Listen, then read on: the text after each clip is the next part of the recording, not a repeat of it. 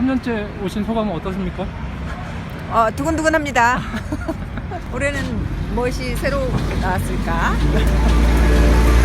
CES로 본 2020년 투자 아이디어. 가전제품 박람회에서 시작한 CES는 인공지능 AI, 자율주행 자동차 등이 등장하면서 전 세계 최첨단 기술을 가장 빨리 만나볼 수 있는 중요한 이벤트로 자리 잡았습니다. 특히 올해는 5G, 마이크로 LED, 자율주행 전기차가 주목받으며 IT 기업은 물론 자동차 기업까지 경쟁에 뛰어들었는데요. 이 중 주목할 만한 새로운 기술은 무엇일까요? 그리고 그 속에서 얻을 수 있는 투자 아이디어는 어떤 것이 있을까요?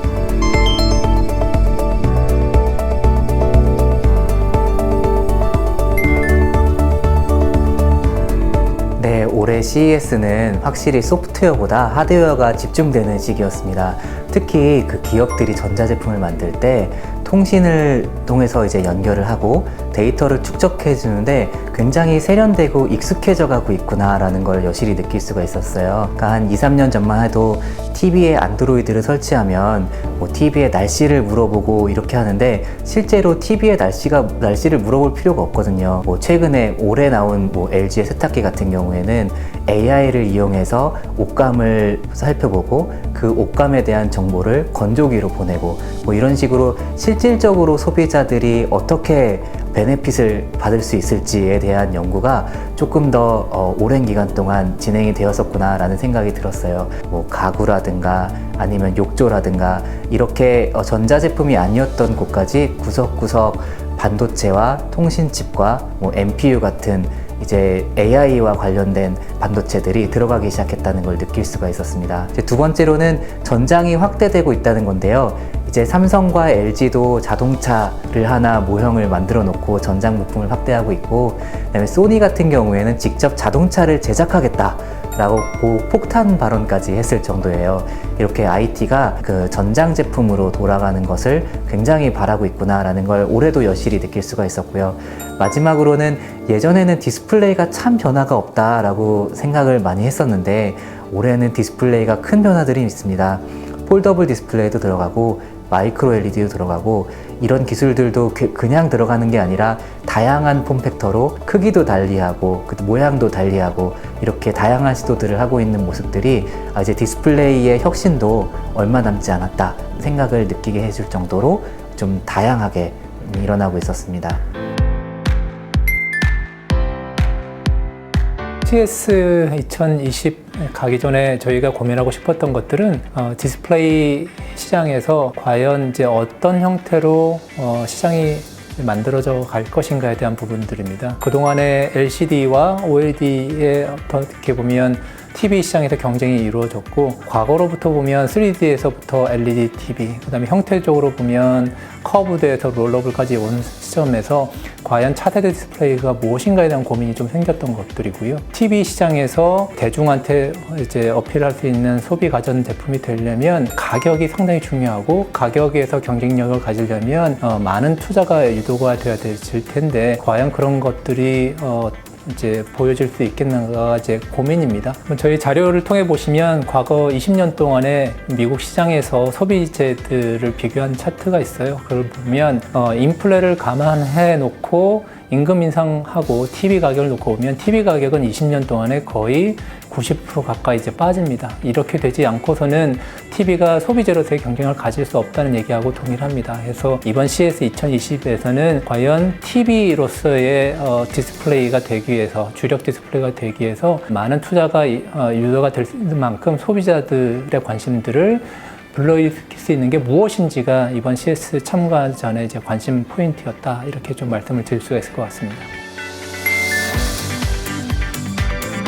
작년까지만 하더라도 사실 자동차 업체들의 부스 내지는 미디어데이는 IT 업체들, 가전업체들에 비해서 좀 한마디로 되게 촌스러웠던 것 같아요 라는 생각을 했는데, 올해는 굉장히 달라졌고 쇼가 무엇인지 보여주면 마음먹고 나온 사람들처럼 도요타도 그렇고 현대차도 그렇고 벤츠의 미디어데이는 정말로 화려했고요. 벤츠는 진짜로 영화 감독 팀을 불렀더라고요. 제임스 카메론 감독을 팀을 불러서 아바타 영상이랑 같이 인간과 교감하는 차를 만들겠다라는 게 컨셉이었고, 도요다는 아예 도시를 내가 건설하마. 그래서 약간 부동산 회사로 탈바꿈하나 약간 이런 생각이 들 정도였고요. 현대차도 도심 항공, 모빌리티 이쪽으로 이제 그 제작을 하겠다 이런 비전을 보여줬던 것 같아요. 나의 가치는 내가 지키고 내가 확장하겠다 이런 출사표를 던진 느낌?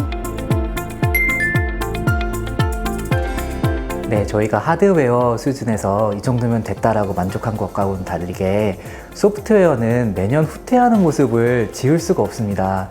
실제로 구글과 아마존이라고 콕 집어 얘기한 거는 아마존의 알렉사 그리고 구글 어시스턴트와 같은 그 인공지능 플랫폼들이 가장 잘하는 두 업체이기 때문인데요. 이 업체들이 2, 3년 전에 가전제품 시장에 들어왔을 때만 하더라도 이 디바이스에서는 굉장히 큰 충격이었거든요. 이제 전 세계가 인공지능과 그다음에 대화형 알고리즘으로 바뀐다.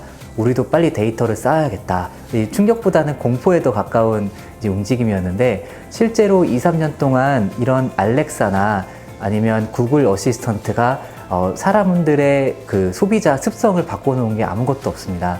날씨를 물어보거나 아니면은 퀴즈쇼를 하거나 아동 콘텐츠를 하거나 뭐 이렇게 소소한 엔터테인먼트 정도로만 사용을 하고 있고, 이게 실제로 결제라든가 예약이라든가 이렇게 돈 되는 비즈니스로 확대는 올해도 안 되고 있어요. 그러다 보니까 TV 입장에서는 2, 3년 전만 해도 우리도 빨리 알렉사 채용해야지 해서 이제는 알렉사 건너뛰고 우리는 유튜브와 넷플릭스로 직접 간다. 우리 소비자들이 필요한 거는 이런 인공지능 플랫폼이 아니라 컨텐츠 플랫폼이다. 뭐 이런 식으로 나오고 있습니다. 그래서 구글과 아마존 그리고 애플까지도 이제 올해는 이 플랫폼에 대한 그 비즈니스를 조금 더 다듬어야 될 필요가 있는데요. 이제 작년 말부터 이런 힌트들이 나오고가 있어요. 그러니까 예를 들면 이제 넷플릭스 같은 경우에는 영화만 보여주는 서비스잖아요. 근데 구글, 아마존 그리고 애플까지도 이제 다양한 서비스들을 한 번에 하고 있거든요. 이제 그래서 그런 것들을 다 번들링해서 이제 통합으로 묶어서 이제 통합 서비스를 하는 시기가 아마 이제 올해에는 조금 더 다양하게 보이지 않을까 싶습니다. 그래서 오히려 이렇게 인공지능 플랫폼이 잘 안 되는 것이 이제 구글과 아마존의 입장에서는 훨씬 더 이제 이 번들링 쪽으로 가게 되는 가시화가 되는 계기가 되지 않을까 이런 생각이 듭니다. CES 2020 처음부터 눈길을 사로잡았던 것들은 마이크로 LED TV라는 것들이었습니다. 이게 새로운 것들은 아닌데 마이크로 LED 칩이라는 아주 작은 칩을 그동안의 디스플레이에서 이제 RGB라는 색상을 가진 픽셀 사이즈만큼 작게 만든 그걸 가지고 영상을 구현하는 이제 TV라고 보시면 되고요. 그동안에 마이크로 LED TV가 나왔지만 이제 초대형 사이즈에서 광고 사이니지 위주의 시장에 국한되어 있는 제품으로만 해석을 해왔었는데, 이번 삼성전자가 들고 온 292인치 초대형 마이크로 LED TV는 사실 시사하는 바가 되게 컸다라고 생각이 듭니다. 사이즈에 제한이 없고 해상도가 자유로운 이런 특징들이 만약에 이게 가정용까지 내려왔을 때는 상당히 파급력이 크겠다라는 좀 고민을 하게 되었고요. 실제로 삼성전자가 이제 퍼스트 룩이라는 좀 이제 기자들을 모아놓고 보여주는 행사에서 75인치부터 292인치까지 되게 다양한 라인업을 보여줬습니다. 프리미엄 TV 시장에서 75인치 이상에서도 마이크로 LED TV를 이제 볼 수 있는 가능성이 높아졌고요. 이렇게 되면 삼성전자로부터 촉발된 마이크로 LED TV의 어떻게 보면 프리미엄 TV 시장 진입들이 다른 중국, 일본 업체들한테 투자를 유도하고 이것들이 비용 부분을 현저히 떨어뜨릴 줄 가능성이 높아 보입니다. 이렇게 되면 빠른 시일 내에 경제성을 확보한 마이크로 LED TV가 기존에 저희가 고민했던 단순히 LCD와 OLED의 경쟁에서 벗어나서 새로운 형태의 디스플레이로 가정용 TV 시장을 이제 갖고 갈 가능성이 높아져서 아마 올해 CES 2020년의 화두는 마이크로 LED TV의 확산, 그에 따른 생태계의 변화, 그리고 이렇게 되면 결국 세트 업체가 패널 업체에 대비해서 TV 시장에서 주도권을 갖고 가게 되는 이제 궁극적인 의미 있는 변화를 갖게 된다, 이렇게 좀 보여집니다.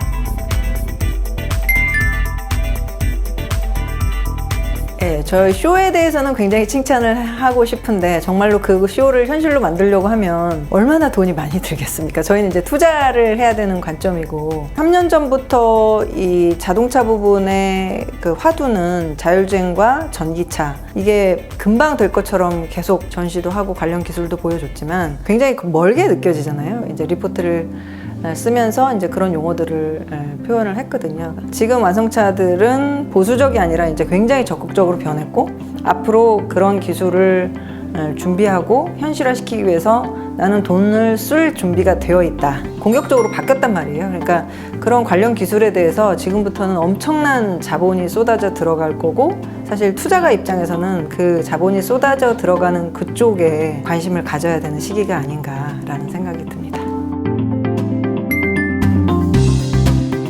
반도체가 산업의 쌀이라는 이야기들이 종종 하고는 하는데 정말로 쌀 효과가 최근 1, 2년 사이에 나타나고 있어요.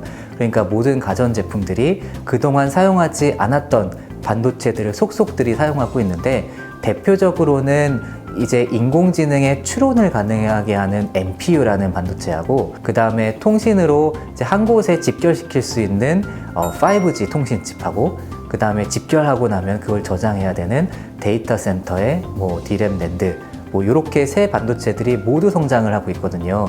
그리고 지금은 그렇게 해서 나온 데이터를 가지고서 소프트웨어 장사를 하기에는 아직은 시기상조입니다. 그러니까 이 시기상조 전까지 전체 모든 인프라와 하드웨어를 반도체, 특히 NPU 5G 메모리로 깔아야 되고 그것 때문에 하이엔드 파운드리 업체들이나 아니면 하이엔드 메모리 업체들이 앞으로 1, 2년간으로도 굉장히 좋을 것 같아요. 그래서 이와 관련된 투자가 괜찮지 않을까라는 생각이 들고 요걸 이제 나스닥 기업 업체에서 찾자면 퀄컴이나 AMD 같은 기업이 굉장히 좋아 보이고요.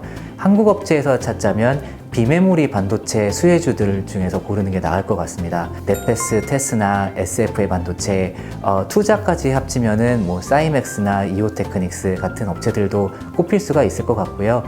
이렇게 비메모리 쪽으로 삼성전자가 강하게 드라이브를 한다라는 이야기들이 이제 최근 들어서 계속 나오고 있기 때문에 인더스트리의 변화와 맞물려서 한번 주의 깊게 지켜보고 봐야 되지 않을까라는 생각을 하고 있습니다.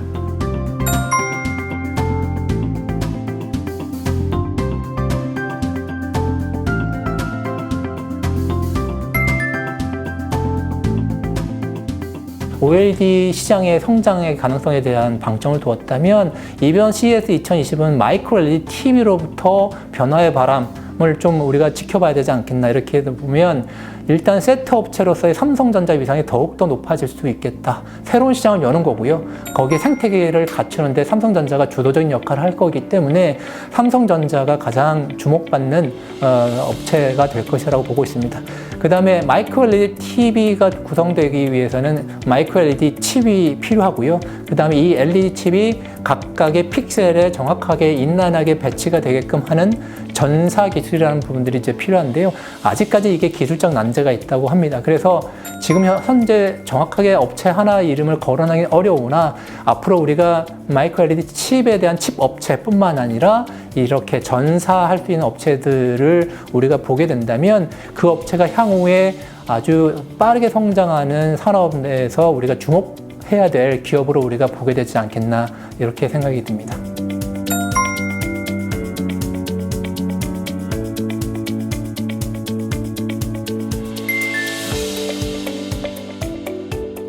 CES에 참가하지는 않았지만 사실 CES 기간 내내 한쪽에서 또 화제가 됐던 회사는 테슬라였던 것 같거든요. 역사상 신고가를 기록을 했고 그 미국의 자동차 회사들이 기록했던 역사상 신고가를 다 뛰어넘은 상태입니다. 그러니까 시총 기준으로요. 자동차 부스를 둘러보면서 제가 느꼈던 거는 기존의 완성차 업체들의 매니지먼트라든지 엔지니어들이랑 인터뷰나 이제 미팅을 해보면 물어보거든요. 그러니까 테슬라에 대해서 어떻게 생각하세요? 테슬라가 주가가 저렇게 가는 거에 대해서 어떻게 생각하세요? 물어보면 질투도 있으시겠지만 우리가 자본을 투자하지 않아서 그렇지 이제부터 그 시장에 본격적으로 전기차 시장에 디스플레이라든지 이런 쪽에 투자를 하기 시작하면 테슬라는 게임이 안 될 것이다. 그렇게 자신 있게들 말씀을 하세요. 근데 지금 완성차 업체들이 투자하고자 하는 쪽이 이미 테슬라가 현실 세계에서 보여주고 있는 기술들이 굉장히 많거든요. 제가 보기에 외관에 있는 품질, 뭐 페인트 품질 내지는 뭐 단차라든지 약간 이런 거에 너무 집착하시지 마시고 이 소비자의 눈이 어디로 쏠리고 있는가에 대해서 조금 관심 있게 쳐다봐야 된다라는 의미에서 그거를 이해하는 데까지는 시간이 굉장히 걸릴 거고, 그리고 이제 자율주행 기술이라든지 전기차 기술이 기반 기술이 또 갖춰지기까지는 많은 시간이 걸릴 거로 예상이 됩니다. 적어도 이제 3년에서 5년 정도의 시간이 걸릴 것 같은데요. 그 시기까지는 아무래도 테슬라의 독주가 계속될 것 같습니다. 애플이 스마트폰을 잘 팔기 시작하면서 관련 밸류 체인들이 굉장히 주가가 좋았던 것처럼 우리나라에는 이제 테슬라에 관련 밸류 체인으로서 만도라든지 아니면 LG화학 이런 회사들이 있는 것 같고요. 그래서 테슬라가 하이라이트를 받으면 받을수록 그런 관련 회사들도 주가가 덩달아서 좋아질 수 있을 것 같고요. 전기차랑 자율주행에 투자를 할 준비가 되어 있다고 제가 말씀을 드렸잖아요. 그래서 막대한 자본들이 들어가면서 그 기술이 좋아지고 개발하고 투자하고 있는 이 업체들이 수혜를 받고 이제 또 기업 가치가 올라갈 거란 말이죠. 전기차는 당연히 이제 대량 생산이 되고 가격이 낮아지려고 하면 배터리 회사들이 기술을 갖춰야 되고 원가가 떨어져야 되니까 대량 생산을 할 수 있는 셀 업체라든지 아니면 소재 업체 기업 가치가 올라가게 될 것 같고요. 자율주행 기술 쪽으로 넘어가면 센서 회사들이 예를 들면 이제 모비라이라는 카메라 모듈 회사가 이스라엘의 벤처 회사로 출발을 해서 불과 뭐 상장된 지 4년 만에 그 인텔에 17조 원에 팔렸거든요. 그런 것처럼 넥스트 센서는 제가 보기에는 라이다인 것 같습니다. 그래서 라이다 비상장 기업에도 조금 관심을 가지면 좋지 않을까라는 생각이 듭니다.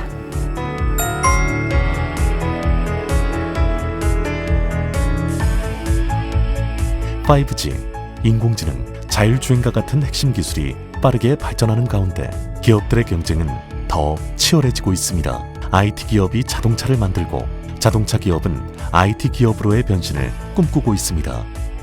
빠르게 변하는 트렌드에 더 이상 산업의 벽은 존재하지 않습니다.